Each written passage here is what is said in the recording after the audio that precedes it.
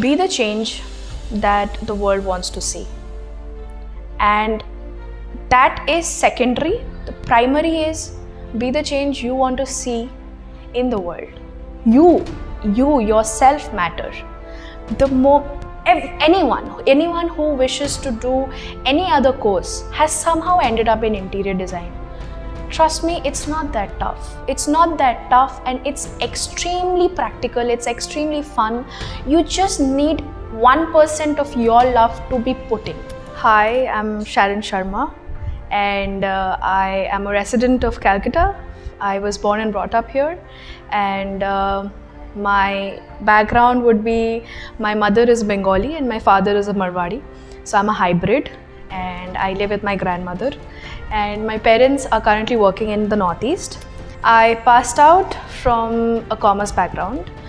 I was in an international board that's called CAI, and then due to the COVID hit, so CAI exams and all were a bit difficult for me to clear. So then I went for NIOS. I did my open schooling from there, cleared my 12th, had dreams of going abroad, but for financial conditions during the COVID, I stopped and came back into interiors in ESEDS School of Design.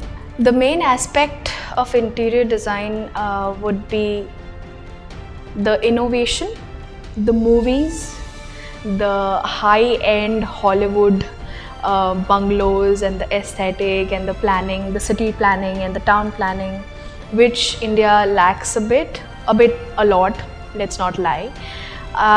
So there's something which I definitely want to bring a change in.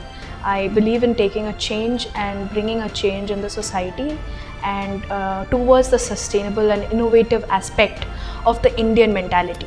One major thing would be sustainability. The global warming and the atmospherical effect onto our bodies and mental state and the physical state of the atmosphere is something that should definitely concern people. I had a lot of projects and assignments to do. I never really liked them, but presentations and CAs were definitely fun and competitive. But when it came into model making, there was a particular one which resulted to be good, so that's why it's my favorite.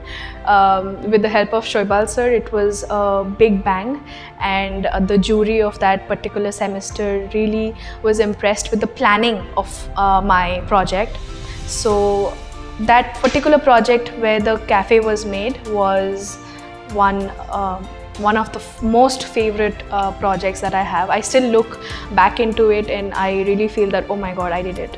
There is no doubt, it's only and only Debulina ma'am. She's my second mother, and she's going to be missed the most. And I really want to become like her. Like, I'm very lenient in terms of teaching. I have been teaching for a very long time now to students, like private tuition. But even as a person, even as the personality that she has, I really want to adapt a few of the personality traits that she has into my life to become a better person.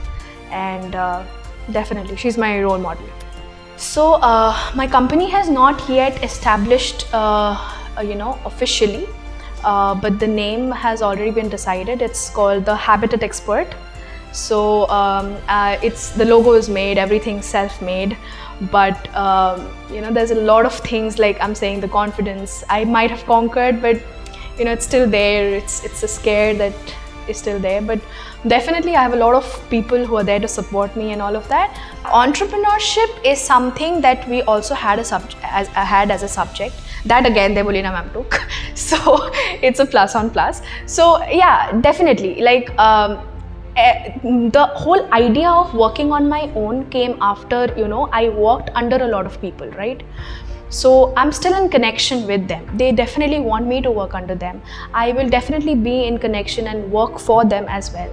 But to do something on your own is to realize that you were always designing is something. When you work under someone, it's very difficult for you to express yourself.